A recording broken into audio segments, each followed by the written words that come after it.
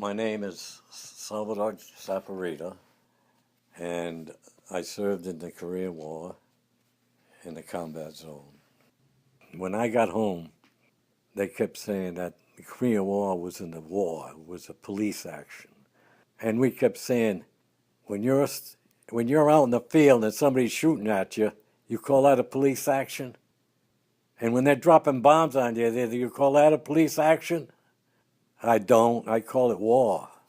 Your definition of police action is wrong. Look in the dictionary and find the difference. And it only spells out one thing, war. And they couldn't get it through their thick heads. I just turned 20 years old when I was staff sergeant. I think I was the youngest sergeant in the whole battery. I don't know. I served a little over 2 years for an active duty. I spent 3 years actually in uniform. I got out of school one day and I decided to join the National Guard. So we got together once a month on Tuesdays. And to my bad luck, 1 month and a half or 2 months roughly, the Korean War broke out. So we got federalized and I went to basic camp in Camp Gordon, Georgia. After we got settled in and everything, they told us that we had to ship down to Camp Stewart, Georgia for basic training. So we got our basic training down in Camp Stewart. We were there for about almost a year. During our basic training, we had to go through these obstacle courses and all the stuff that you see on television when you see a military movie. Well, we had to go through the same thing. There was one course that it's a machine gun course where you crawl under barbed wire, and the barbed wire is only a foot over your head, and machine guns are firing over your head with live ammo. Well, they had landmines to the left of the field of barbed wire, and you're supposed to crawl straight. Well, I figured I'd be a hero and go straight and beat everybody into the trench. So what I did is I looked and seen where I was and saw where the trench was. So I just put my head down and went crazy.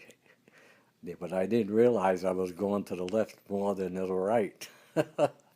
So I went over a landmine. It exploded and blew me up and turned me over, blew my helmet off and everything. They stopped the machine gun and bang, bang, and I don't remember nothing until they put me in the trench. After they checked me all out, I was all right. The landmine was deep enough, so I only felt the concussion. So anyhow, the furloughs were coming up for Christmas, and that was the last thing we had to do in our basic training. Well, I didn't complete the course, so I had to go through it again before I could get my furlough to come home for Christmas. So I did. I went through it, but I made sure I went straight ahead. I tell you, when they told us we were going to Korea, you could drop a pin on the deck and you would hear it. And nobody talked to nobody. We knew we were going there, but it wasn't official. Because you got to understand, after the Second World War, it was peace. Who thought of another war would jump up in Korea or Vietnam? After we got to Japan, Yokohama, Japan, they gave us 2 days off. And we were supposed to get our combat equipment. Just as soon as we got there, we had an order over the PA system on the ship before we went to shore. Our orders have been changed. We're not going to Korea. And wow, everybody jumped up and everything. So they said, we're going to another place that is going to be just as bad. So they said that intelligence got word that the North Koreans were going to invade Okinawa. He said, and we got to go to Okinawa for the invasion. I said, oh, that's worse. We're only about 100 miles from the front lines, not even that. So anyhow, we set up our guns on top of this mountain. And not even a month, we were getting red alerts at 1 o'clock in the morning, battle stations and stuff like that. We'd be sleeping, all of a sudden we'd get battle stations, everybody ran out to the guns and everything, and any aircraft that we don't have in the air would be enemy aircraft. So we were in battle stations, and battle stations. You never know when they're going to start dropping bombs. We were there for 7.5 months. And apparently the invasion never happened because South Koreans were pushing the North Koreans back. They couldn't invade Okinawa for that reason.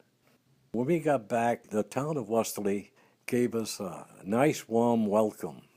They did. But as time went on, the Korean War was forgotten. In other words, all these guys that died over there and everything was forgotten.